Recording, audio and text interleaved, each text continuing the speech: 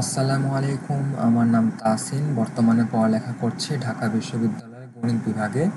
আজকের এই ভিডিওতে আলোচনা করব physics first paper chapter 4 Newtonian বলবিদ্যার খুবই ইম্পর্ট্যান্ট একটা টপিক, ব্যাংকিং কোণ। তো প্রথমে আসি যে ব্যাংকিং কোণ কি।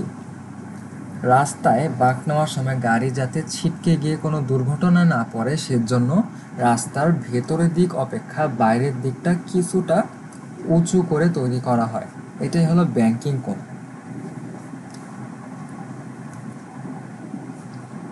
যখন কোনো বাইক বা কোনো বাইসাইকেল এরকম কোনো একটা রাস্তায় বাঁক নেয় তখন আমরা দেখি যে এরকম কোনো একটা পয়েন্টে ওই বাইক বা বাইসাইকেল কিছুটা স্লো ডাউন হয়ে যায়, অর্থাৎ ওর বেগ কিছুটা কমে তারপরে এখান থেকে বাঁক নেয়, অথবা এরকম কিছুটা হেলে তারপরে বাঁক নেয়। বিশেষ করে আমরা যখন বিভিন্ন বাইক রেসিং এরকম স্পোর্টস দেখবো তখন দেখা যায় যে বাইকটা এখানে স্লো ডাউন না করে কিছুটা হেলে তারপরে বাঁক নেয়। সো যখন বাঁক নেওয়ার সময় হয়, তো বাঁক নেওয়ার সময় হচ্ছে যে বাইরের দিকে একটা বল কাজ করে, কেন্দ্র বিমুখী বল। এই বলটা হলো বাইরের দিকে, অর্থাৎ রাস্তায় যে বাইরের দিকে হলো বাইকটাকে ছিটকা দিতে চায়, কিন্তু তারপরও ছিটকায় না। কারণ কি? এই চিত্রে যদি আমরা দেখি যেখানে বাইকটা রোডের মধ্যে একটা ক্রিয়া বল দিচ্ছে, বাইকটাও তার বিপরীতে, রোডটাও তার বিপরীতে একটা প্রতিক্রিয়া বল আর দিচ্ছে।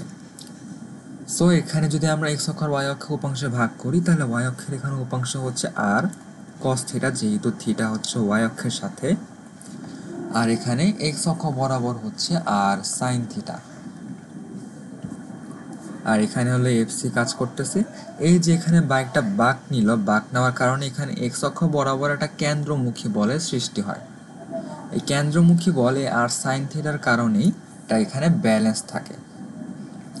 আর এখানে উপরে আর কস থিটা, আর নিচে হচ্ছে বাইকের ওজন কাজ করে এমজি, তাই এখানে দুইটাও এখানে ব্যালেন্স থাকে।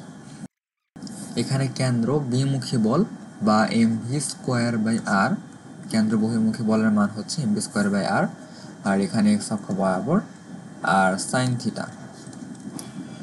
সো বাঁক নেওয়ার সময় এখানে মেইনলি কি হয়, এই যে থিটা ডিগ্রি অ্যাঙ্গেলে বাঁক নেওয়ার কারণে এই বরাবর হচ্ছে একটা কেন্দ্রমুখী বলের সৃষ্টি হয়, যার কারণে এখানে বাইরের যে কেন্দ্র বিমুখী বলটা আছে সেটাকে ক্যান্সেল আউট করে দেয়। আর এখানে আর কস থিটা আর এমজিকেও ক্যান্সেল আউট করে দেয়, যার কারণে এখানে বোথ সাইডে একটা ইকুয়াল থাকে। তাই এখানে যেহেতু ওয়াই অক্ষ বরাবর দুইটা উপাংশ ক্যান্সেল আউট হয়ে যায়, এক্স অক্ষ বরাবর দুইটা উপাংশ ক্যান্সেল আউট হয়ে যায়। এখন কোশ্চেন আসতে পারে যে ভাই তাহলে বাইকটা সামনের দিকে কীভাবে আগায়। এখন বাইকের এই বরাবর হচ্ছে, অর্থাৎ সামনের দিকে হচ্ছে আর একটা উপাংশ থাকে জেড অক্ষ বরাবর, যেখানে নাকি বাইকের হয়তো বেগ বা এক্সেলারেশন বিভিন্ন জিনিস কাজ করে। এটার কারণেই হচ্ছে বাইকটা সামনের দিকে আগায়। তাই এখান থেকে আমরা বলতে পারি যে আর কস থিটাটা আছে, আর কস থিটা আর এমজি সমান, আর আর সাইন থিটা আর M V square by R, এই দুইটা সমান। গাড়ির দিকে আসি। এখন গাড়িটা চাইলেই তো বাইকের মতো বাঁক নিতে পারবে না, তাই এখানে ইঞ্জিনিয়াররাই রাস্তার ভেতরের সাইড থেকে যে বাইরের সাইডটা কিছুটা উঁচু করে তৈরি করে, যার কারণে এখানে একটা কেন্দ্রমুখী বলের সৃষ্টি হয়, যে এই বরাবর একটা কেন্দ্রমুখী বলের সৃষ্টি হয়। আর বাইরের দিকে তো এখানে এফসি বা কেন্দ্র বহির্মুখী বল কাজ করতেছে। তো এখানে যদি দেখি এই চিত্রটায়, এটা হলো থিটা অ্যাঙ্গেল, এটা হলো আর, আর এটা হলো আর কস থিটা, আর এখানে আর সাইন থিটা।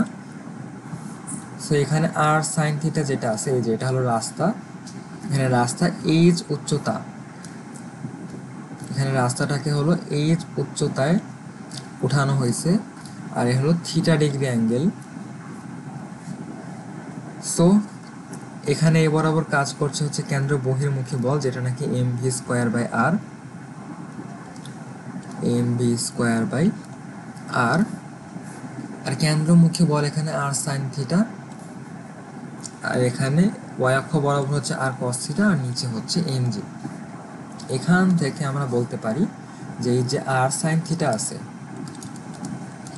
আর সাইন থিটা হলো আর এটা হলো সমান, so r sine theta equal to আমরা লিখতে পারি m V square by r. একইভাবে এখানে যে আর কস থিটা আছে, আর কস থিটা, এটা ইকুয়াল টু লিখতে পারি এম জি।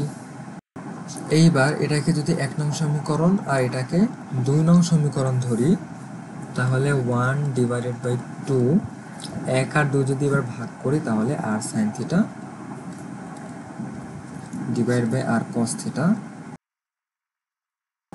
এখানে m আর m কাটা, r আর কাটা, তো ফাইনালি এখানে থাকে tan থিটা = v²/rg।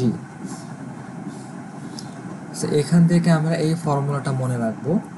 এরপরে এটাকে আরেকভাবে লেখা যায় যে এটা হলো ভূমি আর এরকম কোনো একটা হাইটে হচ্ছে রাস্তাটা উঁচু। তো এখানে রাস্তার যে উচ্চতা সেটা হলো h, আর এটা হলো রাস্তার প্রস্থ, আর এটা হলো থিটা অ্যাঙ্গেল, যে ডিগ্রি বা যে কোণে হচ্ছে আমরা এখানে এটা উঁচা করলাম। সো এখান থেকে আমরা বলতে পারি sin থিটা = h/d। সো এখান থেকে আমরা জাস্ট এই দুটো সূত্র মনে রাখবো, একটা হচ্ছে sin থিটা = h/d, আর একটা হচ্ছে tan থিটা = v²/rg। এইবার চাইলে sin থিটাকে লেখা যায় হচ্ছে tan থিটা। কেন? যদি থিটার মান খুবই ক্ষুদ্র হয় তখন sin থিটা আর tan থিটা হচ্ছে প্রায় সমান বলা যায়। So h/d।